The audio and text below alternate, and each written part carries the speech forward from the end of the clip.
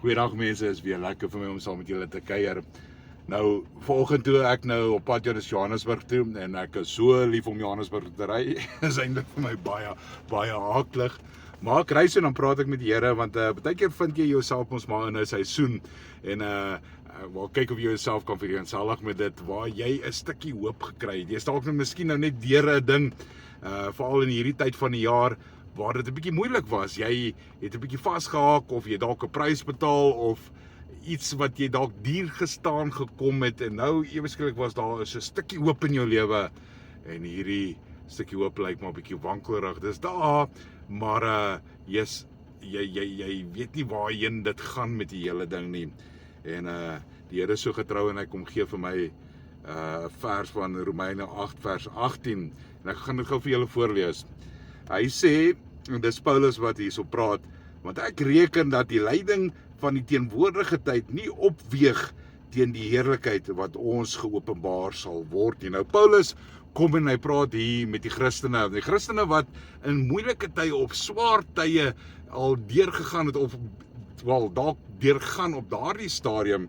As jy kyk na daai konteks, kom Paulus en hy wil hulle bemoedig. Hy sê, luister, moenie jou vasstaar aan hierdie swaar kry nou nie. Onthou God se plan. Wat elke huidige situasie wat jy jouself dalk in bevind, elke liewe berg wat voor jou is of probleme wat vir jou moeilik lyk, moet jy onthou dat God se plan elke moeilikheid oortref. Daar is nie iets groter as God nie. Hy kom en hy vat elke liewe ding en hy beplan dit vir ons uit. Ons moet net daarin inbeweeg in daardie Godsplan wat hy vir ons het. En die stryd wat jy jouself dalk mag invind vandag is nie groter as God nie. Onthou dit. Daar is nie 'n probleem groter as God nie. Ons moet daai ewige perspektief hê dat die plan wat die Here vir my het baie groter is as my omstandighede. En ek moenie daardie moed verloor